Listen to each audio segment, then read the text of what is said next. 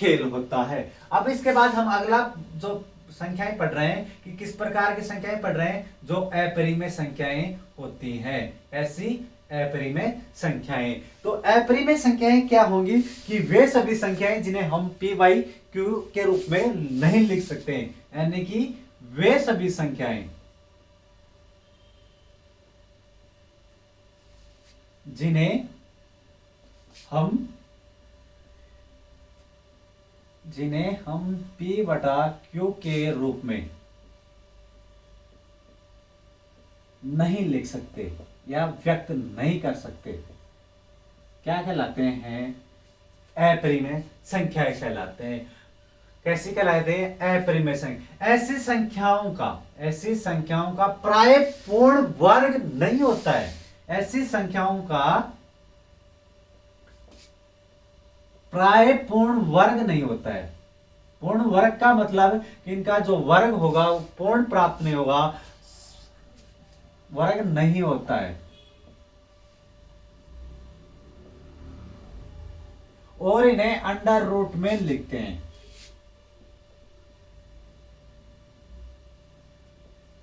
किसमें लिखते हैं, अंडर रूट में लिखते हैं। अब जो इनके जो पूर्ण वर्ग नहीं प्राप्त हो ऐसी संख्याएं कैसी है, जैसे अंडर रूट 2, इसका पूर्ण वर्ग नहीं होगा। पूर्ण वर्ग से क्या तात्पर्य, जैसे अंडर रूट 4 का पूर्ण वर्ग होता है, इसको हम 2 लिख सकते हैं। इसी प्रकार 2 का पूर्ण वर्ग नहीं होता, पूर्ण वर्ग 3 का नहीं होता, पूर्ण वर्ग 5 का नहीं होता। ऐसी सभी संख्याओं को किसमें लिखेंगे, अंडर रूट में। और ऐसी जो सभी संख्याएं होंगी वो कैसी होंगी, अपरिमेय संख्याएं होंगी। अब बात करें अपरिमेय संख्याओं का सबसे इंपॉर्टेंट जो एग्जाम्पल होगा वो क्या होगा, ज्यादातर क्वेश्चंस पूछा जाता है कि पाई कैसी संख्या है। पाई कैसी संख्या है, पाई एक अपरिमेय संख्या है। कैसी है, एक अपरिमेय संख्या है। मैंने पहले ही कहा था पाई एक अपरिमेय संख्या है, लेकिन 22/7 और 3.14 कैसी संख्याएं हैं, ये संख्याएं परिमेय संख्याएं हैं। और पाई कैसी संख्या है, अपरिमेय संख्या है। अब इसकी अपरिमेय संख्याओं की विशेषताओं की बात करें तो कैसी है कि किन्हीं भी 2 अपरिमेय संख्याओं का जोड़, गुणा, भाग, घटाव करने पर प्राप्त परिणाम जरूरी नहीं है कि वो एक अपरिमेय संख्या ही हो, वो परिमेय संख्या भी हो सकती है। जैसे अंडर रूट 2 गुणा अंडर रूट 2 क्या होगा, ये अंडर रूट 2 का स्क्वायर। अंडर रूट 2 का स्क्वायर का मतलब 2, और 2 कैसी संख्याएं है, परिमेय संख्याएं। तो हम ये जरूरी नहीं है कि किन्हीं भी 2 अपरिमेय संख्याओं का जोड़, गुणा, भाग और घटाव एक अपरिमेय संख्या प्राप्त हो। अब बात कर रहे हैं इससे अगले जो हम पढ़ रहे हैं संख्याओं के बारे में, उनके बारे में। तो अगले संख्याएं हम कौन सी पढ़ेंगे, पूर्णांक के बारे में। कैसी संख्याओं के बारे में पढ़ेंगे, पूर्णांक के बारे में। कौन सी, पूर्णांक के बारे में। कि परिमेय संख्याओं से हमें क्या प्राप्त हुआ था, पूर्णांक। तो कैसी संख्याओं के बारे में पढ़ेंगे, पूर्णांक संख्याओं के बारे में। तो पूर्णांक संख्या हम कहेंगे किसे, या पूर्णांक संख्या हम बोलेंगे किसे, तो हम क्या कहेंगे, जब पूर्ण संख्याओं का पॉजिटिव और नेगेटिव यानी कि ऋणात्मक और धनात्मक संख्याओं का के रूप के चिन्हों में व्यक्त किया जाए। यानी कि जो संख्या रेखा पे जो संख्याएं होंगी और जो पूर्ण अंक में होंगी, जैसे हमने एक संख्या रेखा ले ली, ये प्लस अनंत हो गया, ये माइनस अनंत हो गया, ये बीच में 0 हो गया, 1 2 3 4 डैश डैश प्लस अनंत, -1 -2 -3 -4 डैश डैश डैश माइनस अनंत। अब यहां पूर्णांक के बारे में क्या कहना है, पूर्णांक ये कहना चाहता है कि 0 1 2 3 4 प्लस अनंत, 0 1 -1 -2 -3 -4 माइनस अनंत। ये जो संख्याएं हैं ये पूर्ण संख्याएं हैं। कौन सी, जो पूर्ण अंक के में है, जैसे 1 हो गया 2 हो गया। ये नहीं कि 1.1 1.2, ये 1.1 और 1.2 क्या नहीं है, पूर्णांक नहीं है। पूर्णांक से मतलब है जो पूर्ण है अपने आप में, वो है पूर्णांक। तो संख्या रेखा पे प्रदर्शित सभी पूर्णांक क्या कहलाएंगे, जो पूर्ण अंक होंगे वो क्या कहलाएंगे, पूर्णांक कहलाएंगे। तो क्या कहेंगे, इसकी पूर्णांक की परिभाषा क्या होगी कि संख्या रेखा पे प्रदर्शित सभी पूर्ण संख्याएं या पूर्ण अंक क्या कहलाते हैं, पूर्णांक। वो धनात्मक और ऋणात्मक दोनों सम्मिलित होते हैं। अब बात करें इसकी विशेषताओं के बारे में, तो इसमें जो है, जब इनके जो धनात्मक वाली यानी कि पॉजिटिव संख्याएं क्या कहलाती हैं, धनात्मक पूर्णांक। पॉजिटिव संख्याएं या धनात्मक संख्याएं जो प्लस में होंगी वो क्या कहलाएंगी, धनात्मक पूर्णांक।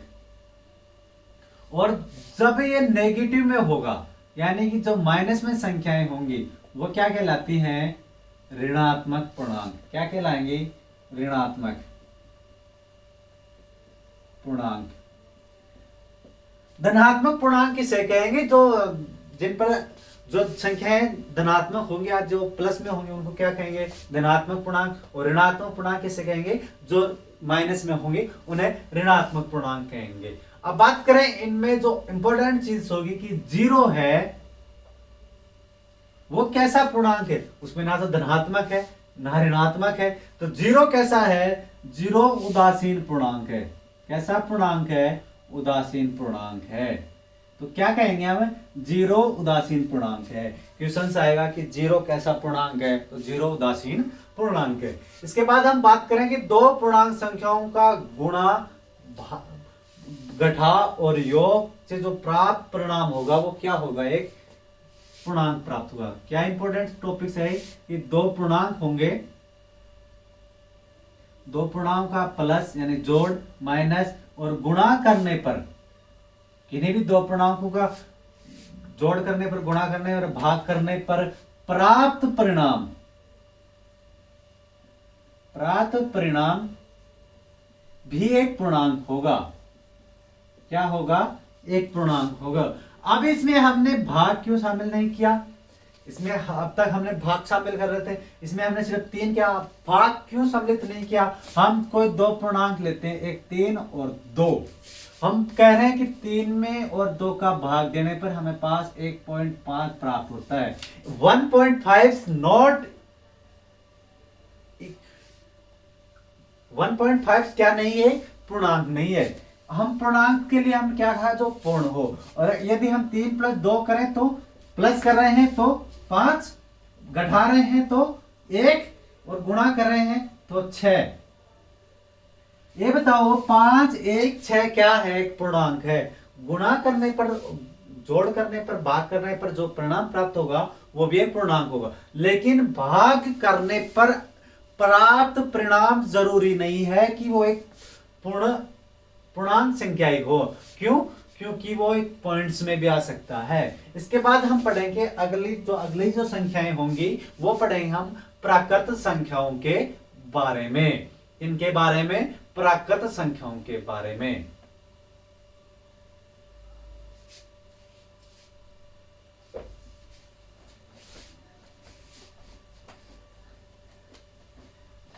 इससे अगला है हमारा प्राकृत संख्याएं।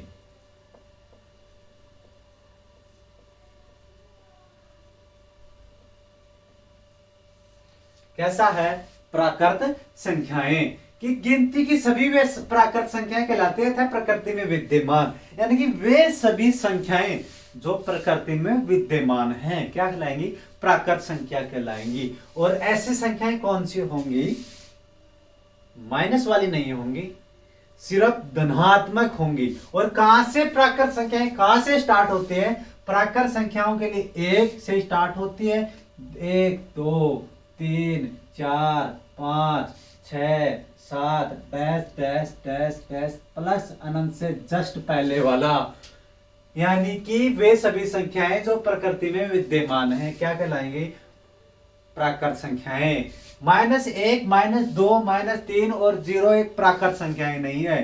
क्यों नहीं है, क्योंकि इनकी हम क्या करते हैं, इनके बारे में सिर्फ सोचते हैं, इनको संख्या रेखा पर प्रदर्शित किया जा सकता है लेकिन ऐसी संख्याएं होती नहीं है।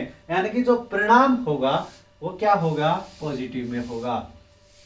अब बात करें इनकी प्राकृत संख्याओं की विशेषताएं होंगी उनके बारे में कि दो होंगी, वो कौन कौन सी होगी कि दो प्राकृत संख्याओं का क्या, दो प्राकृत संख्याओं का प्लस और गुणा यानी कि जोड़ का परिणाम क्या होगा, एक प्राकृत संख्या प्राप्त होगी। इनका जो प्राकृत संख्याओं का हम जोड़ और गुणा करेंगे तो प्राप्त परिणाम भी एक क्या होगा, प्राकृत संख्या होगी। कैसी होगी, प्राकृत संख्या होगी।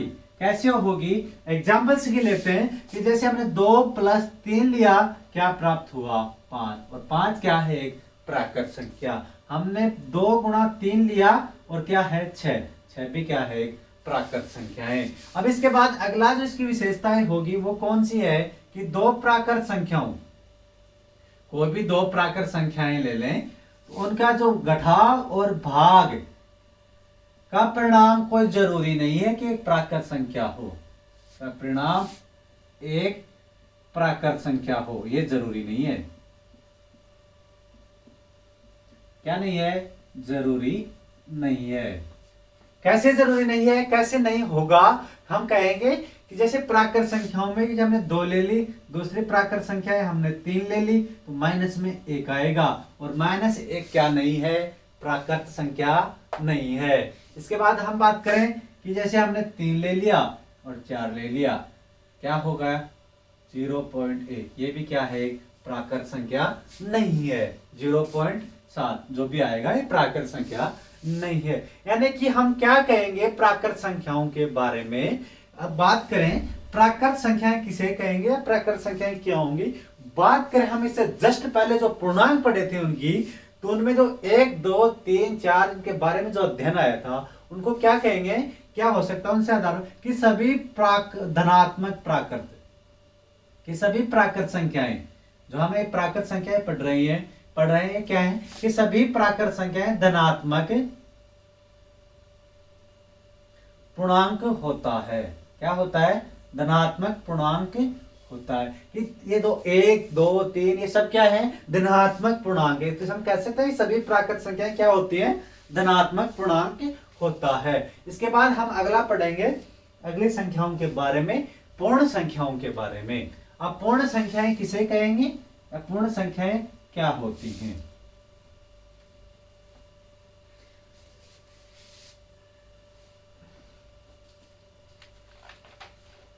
अगला है हमारे पूर्ण संख्याओं के बारे में। मैंने पहले ही कहा था कि प्राकृत संख्याओं में अगर हम 0 को भी शामिल कर लें तो हमें जो प्राप्त परिणाम होगा वो क्या होगा, पूर्ण संख्याएं होंगी।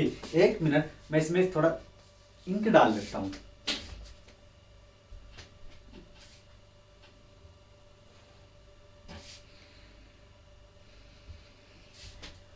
अब हम पढ़ रहे हैं पूर्ण संख्याओं के बारे में। किसके बारे में, पूर्ण संख्याओं के बारे में। अगला हमारा है पूर्ण संख्याओं के बारे में। तो हम बात करें कि प्राकृत संख्याओं में यदि हम 0 को सम्मिलित कर लें, प्राकृत संख्याएं कौन सी थी, 1, 2, 3, 4, 5, 6 डैश डैश डैश प्लस अनंत। इसमें अगर हम 0 को सम्मिलित कर लें तो क्या कहलाएंगी, ये पूर्ण संख्याएं कहलाएंगी। अब बात करें पूर्ण संख्याओं में सिर्फ 0 सम्मिलित किया है, बाकी विशेषताएं सेम टू सेम प्राकृत संख्याओं जैसे होंगी। कैसे कि हम किन्हीं भी दो पूर्ण संख्याओं का जोड़ और गुणा करने पर जो परिणाम प्राप्त होगा वो भी एक पूर्णांक प्राप्त होगा, पूर्ण संख्या प्राप्त होगी। और किन्हीं 2 संख्याओं को हम घटाव और भाग करें कि तो प्राप्त परिणाम जरूरी नहीं कि एक पूर्ण संख्या प्राप्त हो। ये 2 नियम कैसे थे प्राकृत संख्याओं में, वैसे के वैसे किसमें होंगे, पूर्ण संख्याओं में। अब इसके बाद हम बात करें अगली संख्याओं के बारे में, तो अगली संख्याएं कौन सी होंगी, सम संख्या और विषम संख्या। कैसी, सम संख्याएं और विषम संख्याएं। कैसे आप पढ़ेंगे हम सम संख्या के बारे में। सम संख्याओं के बारे में पढ़ेंगे तो सम संख्याएं क्या होंगी कि वे प्राकृत संख्याएं, ध्यान रखना परिभाषा में आ रहा है, वे प्राकृत संख्याएं जिन्हें 2 का भाग या 2 से विभाजित हो, कि वे सभी प्राकृत संख्याएं जो 2 से विभाजित हो क्या कहलाती हैं, प्राकृत संख्याएं, सम संख्याएं। और सम संख्या का व्यापक रूप क्या होता है, सम संख्या के व्यापक रूप क्या होता है कि कि 2n, n क्या है, प्राकृत संख्याएं, और 2 क्या हो गया, एक गुणज हो गया। कि सभी प्राकृत संख्याओं को, अगर किसी भी प्राकृत संख्या को 2 से गुणा करने पर प्राप्त संख्या भी एक प्राकृत सम संख्या प्राप्त होगी। तो सम संख्या का व्यापक रूप क्या हो गया, 2n। सम संख्या की परिभाषा क्या होगी, तो सम संख्या की परिभाषा होगी कि 2 से विभाजित हो। शॉर्ट में इसकी परिभाषा क्या हो गई, 2 से विभाजित हो। ठीक है, अब इसके एग्जाम्पल्स की बात करें, उदाहरण की बात करें, तो सम संख्याओं का उदाहरण होगा 2, 4, 6, 8, 10 dash dash dash dash 2n। 2n क्या है, n बराबर हम 1, 2, 3, 4, 5, 6 कुछ भी ले सकते हैं। तो इसका व्यापक रूप क्या हो गया, सम संख्याओं का व्यापक रूप हो गया 2n। और सम संख्याएं होंगी क्या, वे संख्याएं जो 2 से विभाजित हों।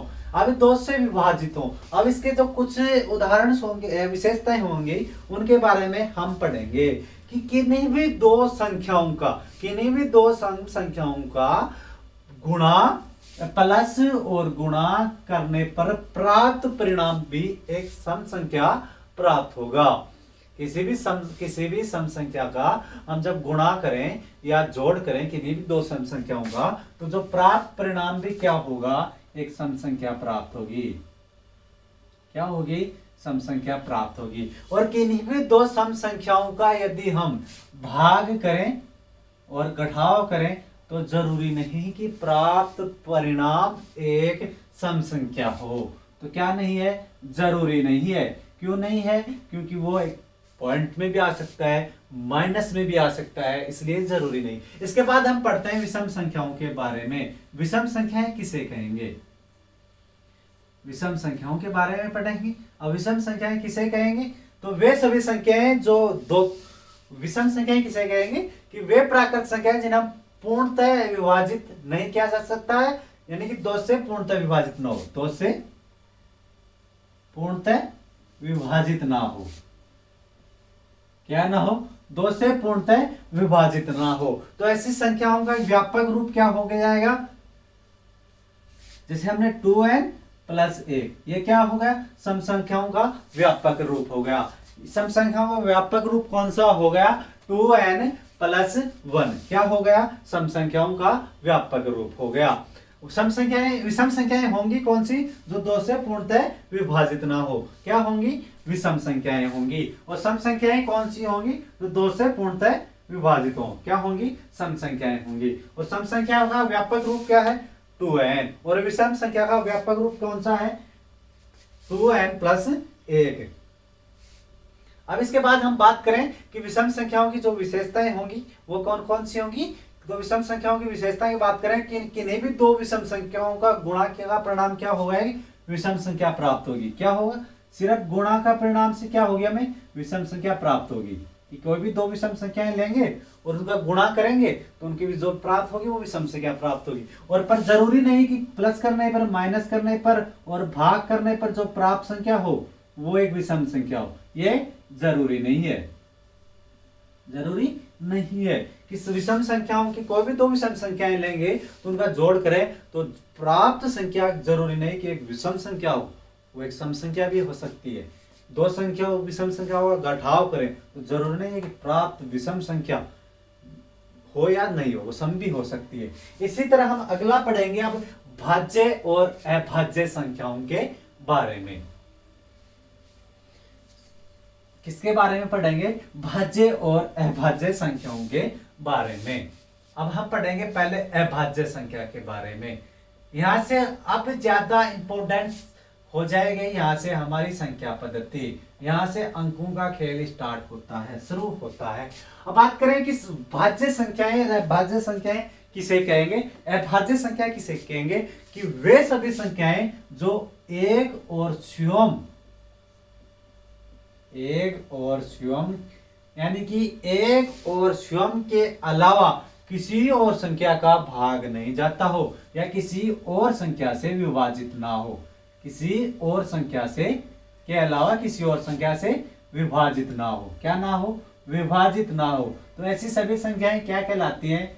ऐसी सभी संख्याएं हम कहेंगे अभाज्य संख्याएं। तो इसके उदाहरण के लिए हम बात करें कि 2 एक अभाज्य संख्या, 3 हो गई, 5 हो गया, 7, 11, 13, 17, 19 डैश डैश बहुत सारी। तो ये सभी संख्याएं क्या हैं? अभाज्य संख्याएं हैं। अब बात करें इनमें जो इंपॉर्टेंट जो इनकी विशेषताएं होती है, जो यहाँ से क्वेश्चंस बनते हैं, वो बात करें तो सबसे पहला बात करें कि एक मात्र सम अभाज्य संख्या, सम अभाज्य संख्या कौन सी होती है? एक मात्र जो सम अभाज्य संख्या होगी वो होगी 2, जो सम भी है और अभाज्य भी है। इसका अगला इंपॉर्टेंस है कि दो एक मात्र क्रमागत अभाज्य संख्याएं, 2 क्रमागत अभाज्य संख्याएं। तो 2 क्रमागत अभाज्य संख्याएं कौन सी होंगी? 2 और 3, जो एक क्रमागत है, एक के बाद एक। इसका अगला होगा कि 1 से 25, जो 1 नंबर से लेके 25 नंबर तक में कितनी अभाज्य संख्याएं हैं? तो 1 से लेके 25 तक 9 संख्याएं हैं जो अभाज्य हैं। इसके बाद है कि 1 से 50 तक कितनी है? 1 से 50 तक की बात करें तो 15 है। और 1 से 100 तक कितनी है? 1 से 100 तक है हमारे पास 25। टोटल कितनी होंगी? 25। इसमें क्वेश्चंस कौन कौन से आए? क्वेश्चन ये आएगा कि एक मात्र सम अभाज्य संख्या कौन सी है? 2 एक मात्र क्रमागत अभाज्य संख्याएं 2 और 3। 1 से 25 तक कितनी अभाज्य संख्याएं हैं? 9। 1 से 50 तक कितनी अभाज्य संख्याएं हैं? 15। 1 से 100 तक कितनी अभाज्य संख्याएं हैं? 25। अब इस जो अभाज्य संख्याएं हैं, इनका जो एक व्यापक रूप होता है, या कोई भी हमें कोई भी संख्या दे दे तो हम कैसे पता करें कि भाज्य है या अभाज्य? तो इनका एक व्यापक रूप होता है, इसका व्यापक रूप होता है 6n + -1। 6n + -1, ये क्या है? व्यापक रूप है। इस व्यापक रूप में प्लस माइनस और 6n ये क्या है? इसको कैसे, जैसे हमें कोई भी एक संख्या दे दी कि 97, ये भाज्य संख्या है या अभाज्य संख्या है? तो 6n + -1 का क्या मतलब है कि हम इस संख्या में 6 का भाग दें। 6 का भाग दिया, कितना आया? 1। बच गए कितने? 3, 6। शेषफल कितना बचा? 1। ये प्लस में बच गया। यानी कि किसी भी संख्या में अगर 6 का भाग देने पर, या तो 6 का भाग पूरा जाने के बाद एक शेष बच रहा हो, या 6 का भाग पूरा जाने में एक कम पड़ रहा हो, यानी कि 5 शेषफल हो। या तो 5 शेषफल बचे उसमें, या एक शेषफल बचे, तो वो संख्याएं कैसी होंगी? अभाज्य संख्याएं होंगी। इसके बाद हम अगला पढ़ रहे हैं भाज्य संख्याओं के बारे में। अगला होगा हमारा भाज्य संख्याएं किसे कहेंगे?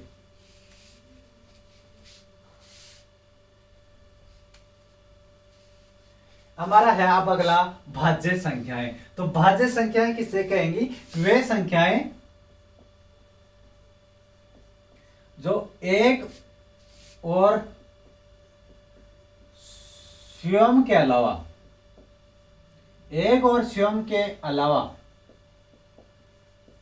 किसी अन्य संख्या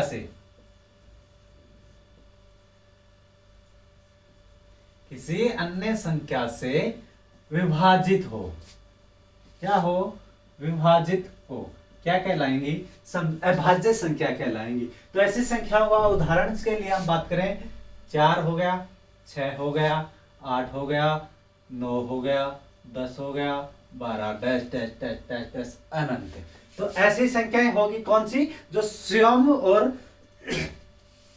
अन्य किसी एक और स्वयं के अलावा किसी अन्य संख्या से विभाजित हो, या उसके अन्य कोई गुणनखंड हो। अब ऐसे संख्याओं की विशेषताओं की बात करें तो इनमें जो पहला इंपॉर्टेंट विशेषता है, जो यहाँ से क्वेश्चन बनता है कि सबसे छोटी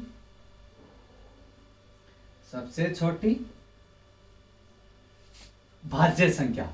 तो सबसे छोटी भाज्य संख्या क्या होगी? सबसे छोटी भाज्य संख्या होगी 4, क्योंकि एक ना तो भाज्य है ना अभाज्य है। 2 क्या है?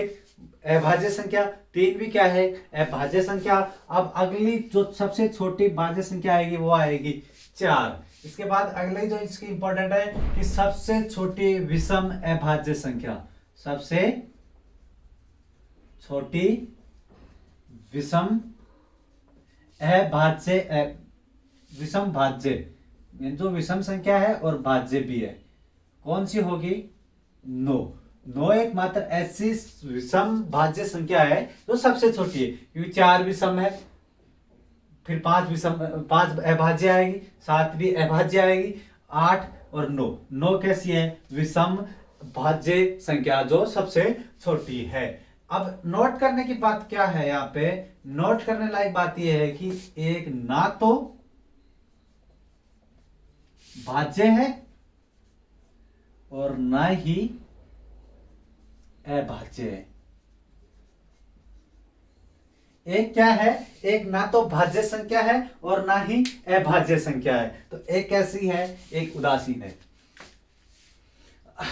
हमने आज पढ़ा संख्या पद्धति, नंबर सिस्टम्स के बारे में। संख्या पद्धति में हमने क्या पढ़ा कि संख्याएं कितने प्रकार की होती हैं, कौन कौन सी होती हैं, वास्तविक संख्याएं और काल्पनिक संख्याएं होती हैं। फिर वास्तविक संख्याओं के प्रकार पढ़े, फिर उनमें जो प्रकार आए उनके पढ़े। इसी सभी संख्याएं जो संख्याएं होती हैं उनके परिभाषाएं आज हमने नॉर्मल्स परिभाषाएं पढ़ी। और संख्या पद्धति का मतलब क्या होता है? नंबर सिस्टम्स का मतलब होता है कि मैथ का जो है वो अंकों का खेल है। संख्या पद्धति क्या है? सिर्फ अंकों का खेल है। इसमें सिर्फ अंक खेल चलेंगे, इनमें सिर्फ नॉर्मल जानकारियां होती हैं और यहां से क्वेश्चंस भी बनते हैं। इसमें अंक संख्या पद्धति में कोई कैलकुलेशन नहीं है, कोई जोड़ बाकी गुणा भाग नहीं है, सिर्फ अंकों की जानकारियां होती हैं। आज हम पढ़ रहे थे संख्या पद्धति। संख्या पद्धति में हमने लगभग परिभाषाएं पढ़ी हैं, आज सिर्फ परिभाषाएं पढ़ी हैं। आज की क्लास यही समाप्त करते हैं। अगर आपको वीडियो अच्छा लगे तो लाइक कीजिएगा, कमेंट कीजिएगा, शेयर कीजिएगा और हमारे चैनल को सब्सक्राइब कीजिएगा। इससे हमारा मनोबल बढ़ेगा और हम अगला जो चैप्टर होगा वो और भी अच्छी तरह से आपको पढ़ा पाएंगे। अगला जो हम आप पढ़ेंगे इसमें संख्या पद्धति का पार्ट 2 पढ़ेंगे। संख्या पद्धति थोड़ा लंबा चैप्टर है। इसके बाद हम पढ़ेंगे संख्या पद्धति में जो संख्याएं हैं इनमें जो कौन कौन सी और हैं उनके अंकों के बारे में ध्यान से पढ़ेंगे। धन्यवाद।